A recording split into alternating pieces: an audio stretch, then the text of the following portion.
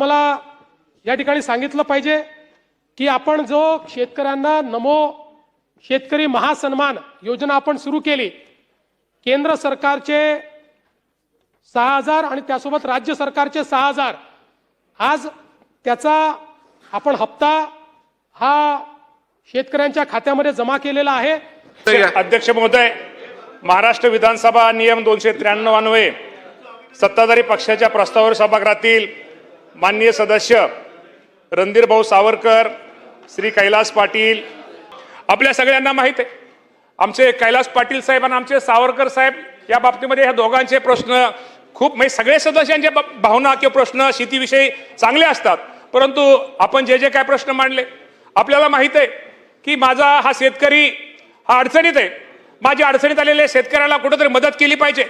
राज्य सरकार तर मदत अनेक गोष्टीमध्ये राज्य सरकार मदत करते, अनेक बाबतीमध्ये मदत करते, अनेक योजनेच्या माध्यमातून मदत करते। तुम्ही पीएम किसानचं आपल्या सगळ्यांना माहित आहे की या योजने पीएम किसान सन्मान योजनेच्या निधीच्या बाबतीमध्ये आणि नमो आपली राज्याचे नमो शेतकरी ही महासन्मान योजनेच्या बाबतीमध्ये आतापर्यंत आपल्याला माहिती आहे की प्रति हप्ता 2,000 रुपयाप्रमाणे वर्षामध्ये आपण 6,000 रुपये असे आपण 3 हप्ते सगळ्यांना देतो। आणि आपण जर केंद्राचा अध्यक्ष महोदय जर विचार केला, केंद्राचा जर विचार केला, साधारणतः 23 हप्त्यामध्ये केंद्र सरकारने साधारणतः 1,16,00,000 शेतकऱ्यांना एकूण आतापर्यंत 42,900 कोटी रुपयाची मदत ही केंद्राच्या या योजनेतून निर्माण झालेली आहे। आणि आपल्या राज्याचा जर विचार केला, ठीक आहे अजून आपल्याला 1-2 आपल्याला काही गोष्टीमध्ये मदत करता आली नाही, तरी आपल्याला आपण सगळ्या विचार करून साधारणतः आपण 8 हप्ते आतापर्यंत आपल्याला 8 हप्त्यामध्ये साधारणतः राज्य सरकारने माझ्या ह्या योजनेबंद शेतकऱ्यांना 14,816 कोटी रुपयाची एवढी रक्कम शेतकऱ्यांना मदत आपण केलेली आहे। आणि शेवटी मदत म्हणजे काय, आपण शेतकऱ्यावरती उपकार करत नाही, शेवटी शेतकरी हा आपल्याला माहिती आहे की आपला राज्यामध्ये आपला शेतकरी हा केंद्रबिंदू आपला हा मेन घटक आहे। शेवटी या शेतकऱ्याला मदत करणं, शेतकऱ्याला सहकार्य करणं, अडचणीच्या काळामध्ये दुःखाच्या काळामध्ये या शेतकऱ्याच्या पाठीमागे उभं राहणं हे शेवटी राज्य सरकारचं काम आहे। याशिवाय कोकणातील आंबा व काजू पिकाच्या नुकसानीपोटी फळ पीक विमा न उतरवलेल्या परंतु ज्या शेतकऱ्यांचं नुकसान झालेलं आहे त्यांना देखील आर्थिक मदत देण्याची शासनाची भूमिका असून त्या संदर्भात शासनाने तातडीने पंचनामे करून नुकसानीचा आढावा घेण्याचे निर्देश दिलेले आहेत। नुकसानीचा नेमका तपशील समोर आल्यानंतर शेतकऱ्यांना तातडीने त्यांनाही मदत जाहीर करण्यात येईल। मागच्या वेळी अशी मदत आपण 15,000 रुपये केली होती, पण यावेळी ती किमान 22,000 रुपये करण्याचा आमचा मानस आहे। त्यामुळे आपल्याला माहिती आहे की हेक्टरीचं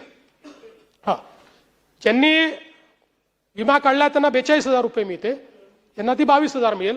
आणि आपल्याला माहिती आहे विमा काढलेल्याने पैसे आपणच देतो या योजनेमध्ये, म्हणजे ते काही सगळी विमा कंपनी देत नाही। त्यामुळे या संदर्भात ज्या शेतकऱ्यांना मोठ्या प्रमाणात चांगल्या की शेतकऱ्यांनी विमा काढलाय त्यांना ती मदत मिळेलच, कारण तो ट्रिगर हिट झालाय, त्या संदर्भात आपण कारवाई सुरू केली आहे। पण ज्यांना विमा संरक्षण नाही त्यांनाही राज्य सरकार त्या ठिकाणी मदत करेल। अध्यक्ष महोदय, यासोबत आमचे आज मला या ठिकाणी सांगितलं पाहिजे की आपण जो शेतकऱ्यांना नमो शेतकरी महासन्मान योजना आपण सुरू केली, केंद्र सरकारचे 6,000 आणि त्यासोबत राज्य सरकारचे 6,000, आज त्याचा आपण हप्ता हा शेतकऱ्यांच्या खात्यामध्ये जमा केलेला आहे। आजच दुपारी माननीय उपमुख्यमंत्री शिंदे साहेब, माननीय उपमुख्यमंत्री सुनेत्राताई, कृषी मंत्री, कृषी राज्यमंत्री यांच्या उपस्थितीमध्ये 90 लाख शेतकऱ्यांच्या खात्यामध्ये त्या ठिकाणी 1,800 कोटी रुपये हे आपण जमा केलेले आहेत। आणि आता मला सांगितलं पाहिजे की केंद्र सरकार आणि राज्य सरकार मिळून आतापर्यंत शेतकऱ्यांच्या खात्यामध्ये जी काही केंद्र सरकारची योजना आणि आपली नमो महासन्मान योजना आहे, या 2 योजनेच्या अंतर्गत शेतकऱ्यांच्या खात्यामध्ये 90 लाख शेतकऱ्यांच्या खात्यामध्ये 54,000 कोटी रुपये आपण जमा केलेले आहेत। आमचे माननीय सुधीर भाऊ हे सातत्याने धानाच्या बोनसच्या संदर्भात त्या ठिकाणी आग्रही आहेत। सुधीर भाऊ, मी आपल्याला एवढं सांगतो, तत्वतः धानाला बोनस द्यायला आमची मान्यता आहे, फक्त या वर्षीची सगळी परिस्थिती जी आहे त्याचं आकलन आम्ही करतो, कारण नाही धानालाही देऊ, ते अडचणीत ऑलरेडी गेले आहेत, त्यांचं नुकसान झालेलं आहे, पण धानालाही बोनस देण्यात येईल. त्याचा जो क्वांटम आहे आणि जी पद्धती आहे या संदर्भात लवकरच आम्ही निर्णय घेऊन पण धानाला बोनस देण्याचा निर्णय हा राज्य सरकारने निश्चितपणे या ठिकाणी घेतलेला आहे.